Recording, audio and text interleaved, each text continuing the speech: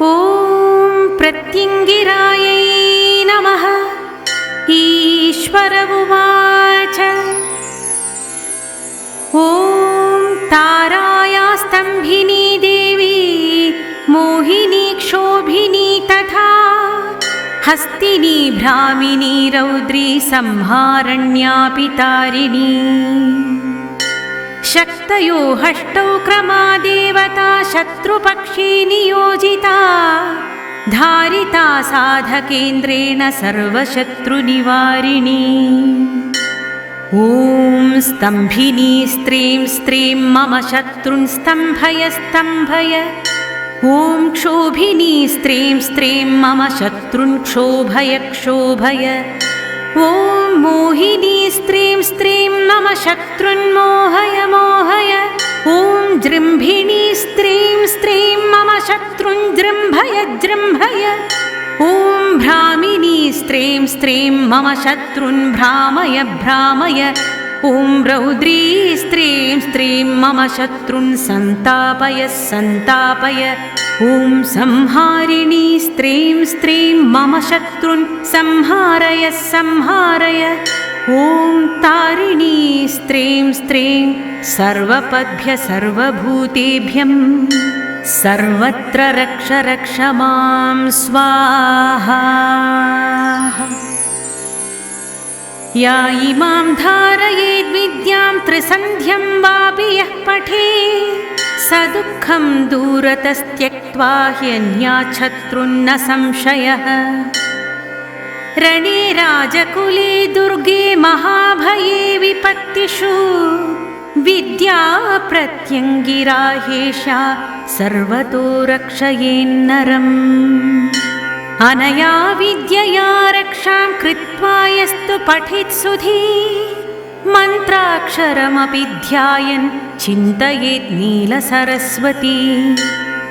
अचिरेणैव तस्यासन् करस्था सर्वसिद्धयः।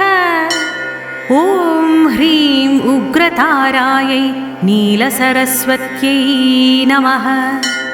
इमं स्तवं धियानो नित्यं धारयेन्नरः सर्वतः सुखमाप्नोति सर्वत्र जयमाप्नुयात्। न कापि भयमाप्नोति सर्वत्र सुखमाप्नुयात्।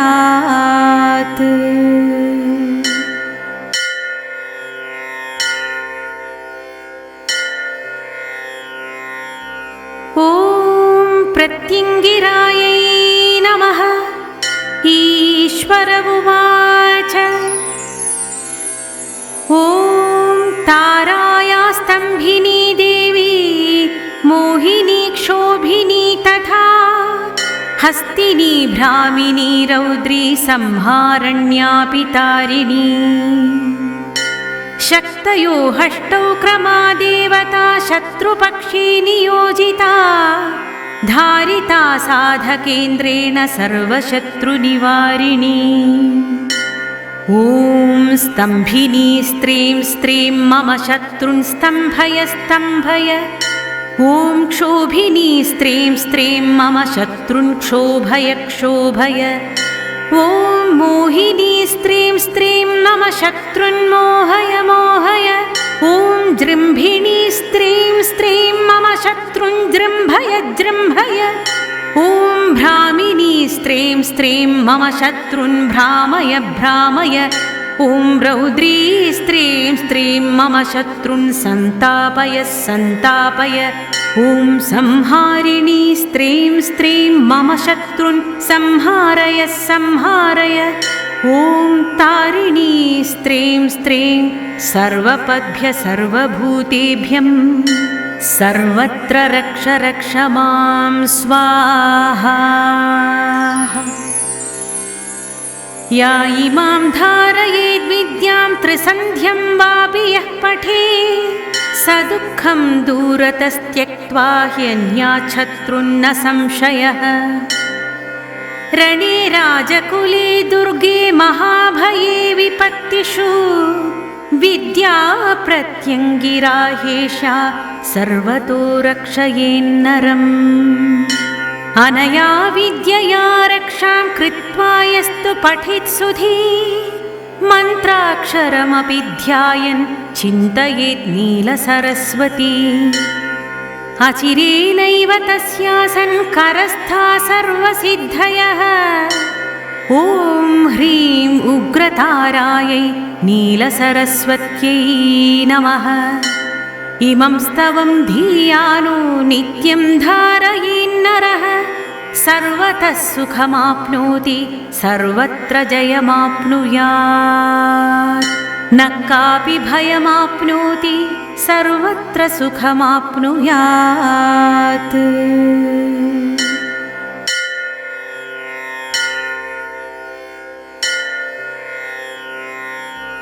ॐ प्रत्यङ्गिरायै नमः। ईश्वर उवाच ॐ तारायास्तम्भिनी देवी मोहिनी क्षोभिनी तथा हस्तिनी भ्रामिनी रौद्री संहारण्यापि तारिणी शक्तयो हष्टौ क्रमा देवता शत्रुपक्षी नियोजिता धारिता साधकेन्द्रेण सर्वशत्रुनिवारिणी ॐ स्तम्भिनी स्त्रीं स्त्रीं मम शत्रुन् स्तम्भय स्तम्भय ॐ क्षोभिनी स्त्रीं स्त्रीं मम शत्रुन् क्षोभय क्षोभय ॐ मोहिनी स्त्रीं स्त्रीं मम शत्रुन् मोहय मोहय ॐ जृम्भिणी स्त्रीं स्त्रीं मम शत्रुन् जृम्भय जृम्भय ॐ भ्रामिनी स्त्रीं स्त्रीं मम शत्रुन् भ्रामय भ्रामय ॐ रौद्री स्त्रीं स्त्रीं मम शत्रुन् सन्तापय सन्तापय ॐ संहारिणी स्त्रीं स्त्रीं मम शत्रुन् संहारय संहारय ॐ तारिणी स्त्रीं स्त्रीं सर्वपद्भ्य सर्वभूतेभ्यं सर्वत्र रक्ष रक्ष मां स्वाहा। या इमां धारयेद्विद्यां त्रिसन्ध्यं वापि यः पठेत् स दुःखं दूरतस्त्यक्त्वा ह्यन्यात् शत्रुन्न संशयः। रणे राजकुले दुर्गे महाभये विपत्तिषु विद्या प्रत्यङ्गिरा ह्येषा सर्वतो रक्षयेन्नरम्। अनया विद्यया रक्षां कृत्वा यस्तु पठेत् सुधी मन्त्राक्षरमपि ध्यायन् चिन्तयेत् नीलसरस्वती अचिरेणैव तस्यासन् करस्था सर्वसिद्धयः ॐ ह्रीं उग्रतारायै नीलसरस्वत्यै नमः। इमं स्तवं धियानो नित्यं धारयेन्नरः सर्वतः सुखमाप्नोति सर्वत्र जयमाप्नुयात् न कापि भयमाप्नोति सर्वत्र सुखमाप्नुयात्।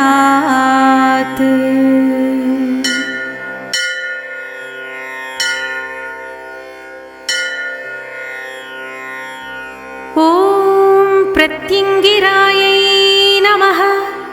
ईश्वर उवाच ॐ तारायास्तम्भिनी देवी मोहिनी क्षोभिनी तथा हस्तिनी भ्रामिनी रौद्री संहारण्यापि तारिणी शक्तयो हष्टौ क्रमा देवता शत्रुपक्षी नियोजिता धारिता साधकेन्द्रेण सर्वशत्रुनिवारिणी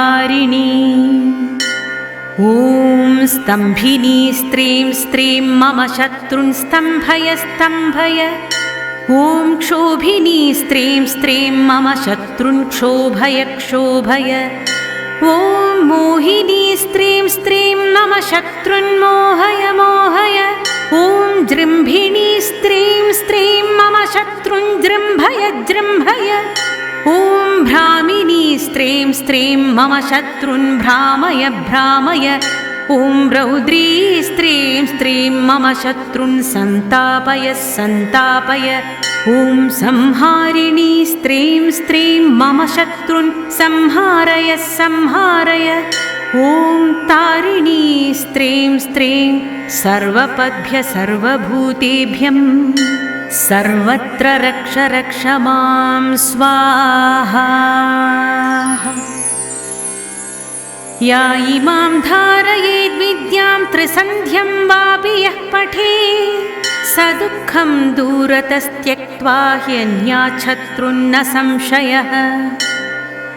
रणे राजकुले दुर्गे महाभये विपत्तिषु विद्या प्रत्यङ्गिरा ह्येषा सर्वतो रक्षयेन्नरम्। अनया विद्यया रक्षां कृत्वा यस्तु पठेत् सुधी मन्त्राक्षरमपि ध्यायन् चिन्तयेत् नीलसरस्वती। अचिरेणैव तस्यासन् करस्था सर्वसिद्धयः। ॐ ह्रीं उग्रतारायै नीलसरस्वत्यै नमः। इमं स्तवं धियानो नित्यं धारयेन्नरः सर्वतः सुखमाप्नोति सर्वत्र जयमाप्नुयात्। न कापि भयमाप्नोति सर्वत्र सुखमाप्नुयात्।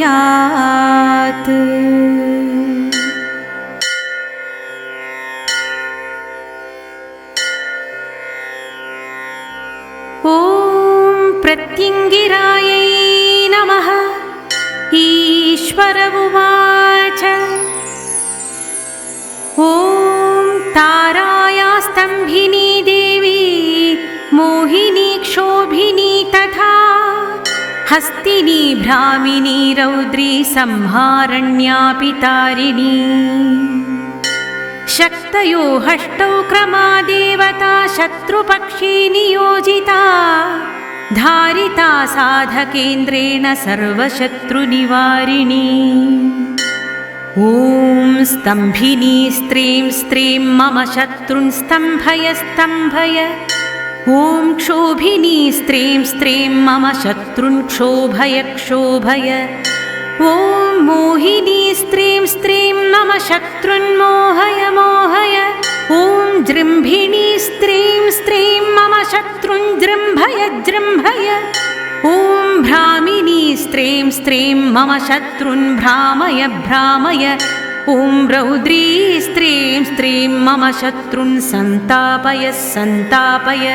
ॐ संहारिणी स्त्रीं स्त्रीं मम शत्रुन् संहारय संहारय। ॐ तारिणी स्त्रीं स्त्रीं सर्वपद्भ्य सर्वभूतेभ्यं सर्वत्र रक्ष रक्ष मां स्वाहा। या इमां धारयेद्विद्यां त्रिसन्ध्यं वापि यः पठेत् स दुःखं दूरतस्त्यक्त्वा ह्यन्यात् शत्रुन्न संशयः। रणे राजकुले दुर्गे महाभये विपत्तिषु विद्या प्रत्यङ्गिरा ह्येषा सर्वतो रक्षयेन्नरम्। अनया विद्यया रक्षां कृत्वा यस्तु पठेत् सुधी मन्त्राक्षरमपि ध्यायन् चिन्तयेत् नीलसरस्वती। अचिरेणैव तस्यासन् करस्था सर्वसिद्धयः। ॐ ह्रीं उग्रतारायै नीलसरस्वत्यै नमः। इमं स्तवं धियानो नित्यं धारयेन्नरः सर्वतः सुखमाप्नोति सर्वत्र जयमाप्नुयात्। न कापि भयमाप्नोति सर्वत्र सुखमाप्नुयात्।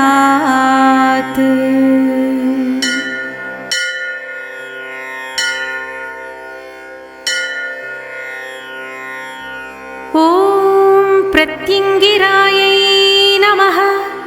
ईश्वर उवाच ॐ ताराया स्तम्भिनी देवी मोहिनी क्षोभिनी तथा हस्तिनी भ्रामिनी रौद्री संहारण्यापि तारिणी। शक्तयो हष्टौ क्रमा देवता शत्रुपक्षे नियोजिता धारिता साधकेन्द्रेण सर्वशत्रुनिवारिणी ॐ स्तम्भिनी स्त्रीं स्त्रीं मम शत्रुन् स्तम्भय स्तम्भय ॐ क्षोभिनी स्त्रीं स्त्रीं मम शत्रुन् क्षोभय क्षोभय ॐ मोहिनी स्त्रीं स्त्रीं मम शत्रुन् मोहय मोहय ॐ जृम्भिणी स्त्रीं स्त्रीं मम शत्रुन् जृम्भय जृम्भय ॐ भ्रामिनी स्त्रीं स्त्रीं मम शत्रुन् भ्रामय भ्रामय ॐ रौद्री स्त्रीं स्त्रीं मम शत्रुन् सन्तापय सन्तापय ॐ संहारिणी स्त्रीं स्त्रीं मम शत्रुन् संहारय संहारय ॐ तारिणी स्त्रीं स्त्रीं सर्वपद्भ्य सर्वभूतेभ्यं सर्वत्र रक्ष रक्ष मां स्वाहा या इमां धारयेद्विद्यां त्रिसन्ध्यं वापि यः पठेत् स दुःखं दूरतस्त्यक्त्वा ह्यन्यात् शत्रुन्न संशयः रणे राजकुले दुर्गे महाभये विपत्तिषु विद्या प्रत्यङ्गिरा ह्येषा सर्वतो रक्षयेन्नरम् अनया विद्यया रक्षां कृत्वा यस्तु पठेत् सुधी मन्त्राक्षरमपि ध्यायन् चिन्तयेत् नीलसरस्वती अचिरेणैव तस्यासन् करस्था सर्वसिद्धयः ॐ ह्रीं उग्रतारायै नीलसरस्वत्यै नमः इमं स्तवं धियानो नित्यं धारयेन्नरः सर्वतः सुखमाप्नोति सर्वत्र जयमाप्नुयात् न कापि भयमाप्नोति सर्वत्र सुखमाप्नुयात्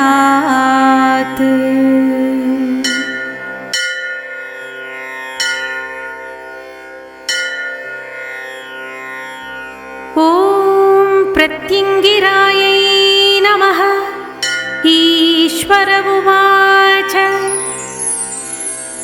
ॐ ताराया स्तम्भिनी देवी मोहिनी क्षोभिनी तथा हस्तिनी भ्रामिनी रौद्री संहारण्यापि तारिणी